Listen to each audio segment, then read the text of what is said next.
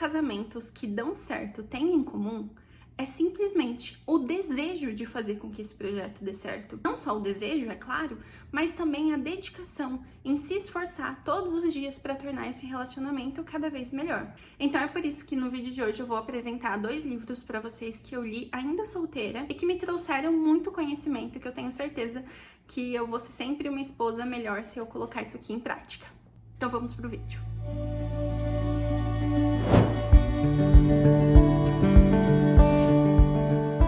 Antes de qualquer coisa, eu só quero deixar claro que esse vídeo, esses livros, como eu falei pra vocês, eu li mesmo antes de, eu acho que eu não tava nem namorando. Quando eu li nenhum dos dois. E assim, você escolher uma pessoa certa é uma coisa que já agiliza ali uns 70% da sua trajetória dentro do casamento. Mas escolher a pessoa certa não é suficiente, porque no dia a dia, com as coisas que vão acontecendo ao longo da vida, a convivência vai sim se tornando difícil e é preciso que a gente tenha. Eu gosto muito dessa coisa de ter um livro, de ter um conhecimento teórico, porque na hora que a situação acontece, se você tem um conhecimento teórico, por mais que a emoção ali te faça querer agir de alguma forma ou falar alguma coisa, você tendo claro a teoria do que você deveria fazer naquele momento, e não como um manual, uma regrinha que sirva para todo mundo, mas mais ou menos o norte, sabe? Do que se espera de uma boa esposa, do que se espera de um bom casamento, como que a gente se comunica, o que a gente prioriza. Eu acho que facilita demais na conduta do dia a dia. O primeiro livro que eu vou mostrar pra vocês é esse aqui. Ele é bem clichê, né, a capa e tal. Vida 2, do Ítalo Marcilli da Sâmia. Mesmo que você tenha algum problema com o Ítalo, que eu sei que é bem comum, tira um pouquinho o preconceito e leia esse livro. Assim, ele é um livro fácil, bem fácil, de fácil entendimento, porém, ele é zero clichê. Zero clichê. E esse livro é um dos livros que eu indico para as minhas amigas, mesmo solteiras. Como eu disse, escolher alguém, escolher a pessoa certa já é um meio caminho andado, né? E aqui eles falam de pontos importantes nessa escolha, na hora dessa escolha. Ele é dividido em 8 capítulos. Eu vou ler o título de cada capítulo, só para vocês terem uma noção mais ou menos do que se trata. Então, o capítulo 1 fala sobre a comunhão de valores, religião e moral. E é aqui que eu achei interessantíssimo a visão deles, porque principalmente moças católicas, né, ficam com essa questão, devo ou não devo me relacionar com um rapaz que não seja católico, e aí o ponto que eles trazem aqui eu concordo 100%, e isso é muito, muito legal. No capítulo 2, eles falam sobre a individualidade, o espaço de cada um. Isso aqui, gente, sério, eu vou até dar uma pausa para falar sobre isso, porque eu achei muito bom. Eles defendem essa individualidade não dessa forma mundana que a gente fala, cada um precisa ter seu espaço, ter seu tempo e não pode sufocar o outro. Não isso, não é dessa forma. Eles falam desse cultivo da individualidade de uma forma a se tornar mais rico, a tornar o seu interior mais rico e mais cheio de conteúdo para entregar para o outro. Então, para pensar, uma pessoa que lê, que estuda, que vê filmes, a hora que ela vai conversar, se relacionar com o outro, ela tem o que agregar, ela tem assunto para trazer, ela tem conversa para puxar. Então, eles falam da individualidade dessa forma, de você cultivar, sim, o seu interior, mas com esse pensamento de se tornar mais rico para entregar para o seu companheiro uma versão cada vez melhor de si mesmo. O capítulo 3, a construção e o cuidado com a intimidade. O capítulo 4, o espírito de serviço e esquecer-se. Gente, esse aqui é a nossa maior dificuldade, né? Eu acho que se os casais, tanto a mulher quanto o homem, se doassem mesmo, verdadeiramente, as coisas seriam bem diferentes. Falando sobre esse espírito de serviço, eu me lembrei de uma vez, uma pessoa que eu vi falando uma coisa, era assim, eu sinto que eu sempre me entrego mais, que eu sempre me dou mais. E aí a outra pessoa respondeu, mas então tá bom, então que bom, você tá cumprindo o seu papel. Porque a nossa tentativa tem que ser sempre de se entregar mais, de ser o que doa mais, e não ficar nesse olhar de eu faço, mas ele precisa fazer também, e o tempo inteiro. Eu acho que isso é uma coisa que pouquíssimas pessoas têm em mente, assim, que no casamento, todas aquelas condutas, aquelas regrinhas que você fica observando no namoro, no casamento não precisa mais, vai te fazer mal. Porque no namoro é natural que você tem que estar assim muito atenta se você está sendo retribuída, se essa pessoa está fazendo com que você se sinta amada, porque senão esse namoro não precisa virar casamento. Mas depois que já é casamento, ficar nessa competição o dia inteiro, o tempo inteiro, é muito cansativo.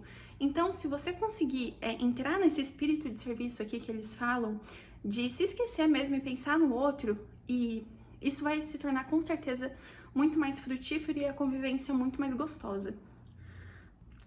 Aí no capítulo 5 eles falam sobre o diálogo e o silêncio. No capítulo 6, a personalidade no casamento. Capítulo 7, a realidade e os seus desafios. E o capítulo 8, fidelidade, mais do que dizem ser. Esse capítulo eu também achei bem bonito.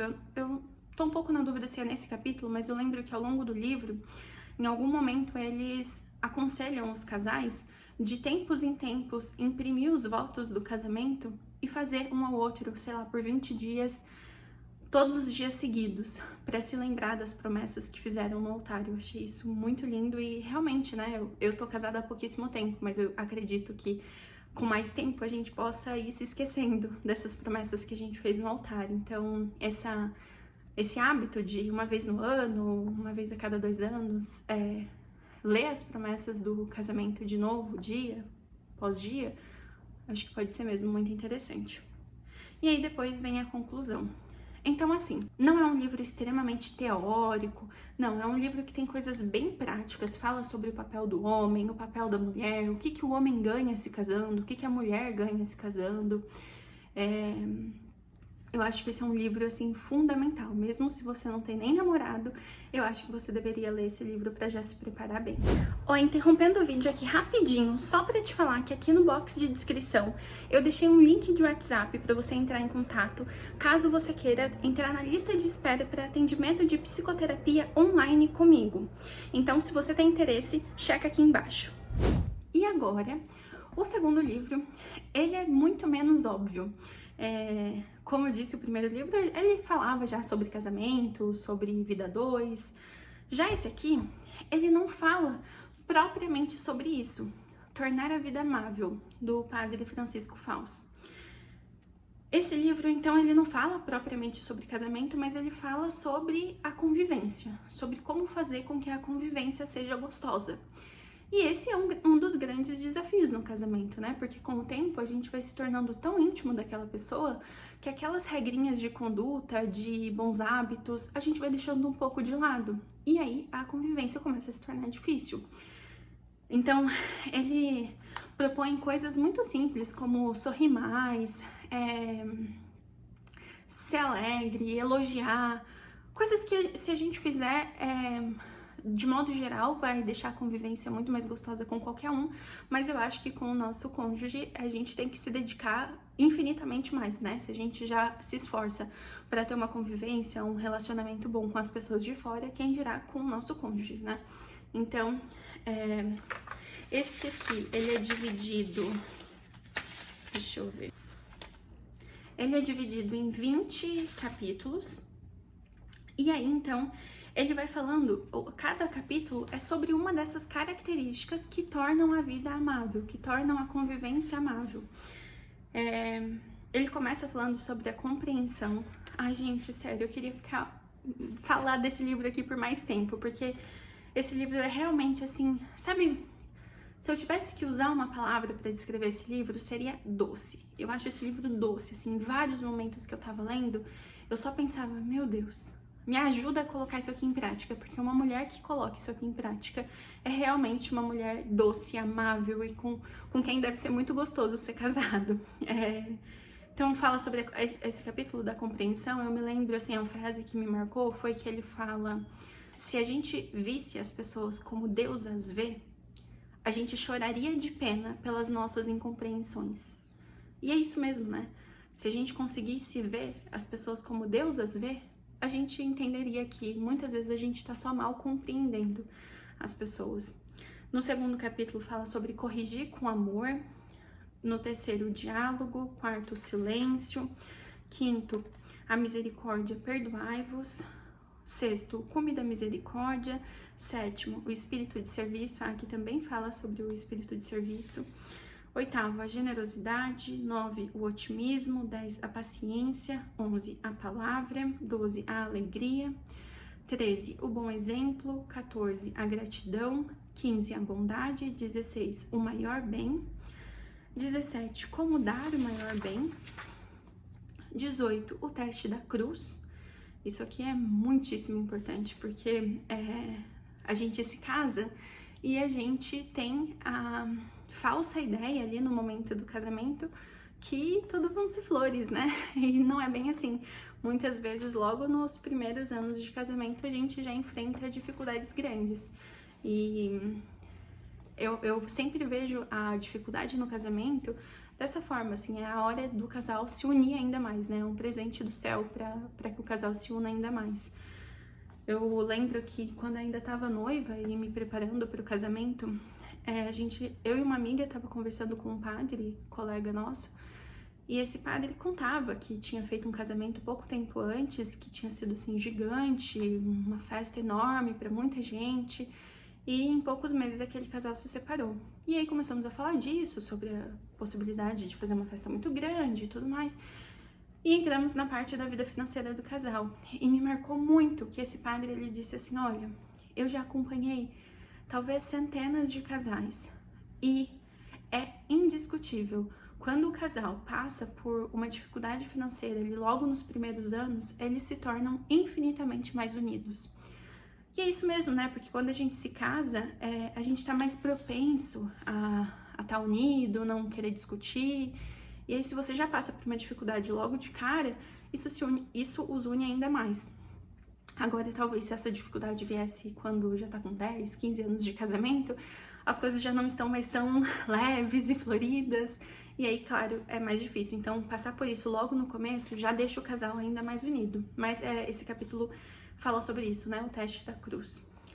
No capítulo 19, o amor sem rotina. E no último capítulo fala sobre a serenidade.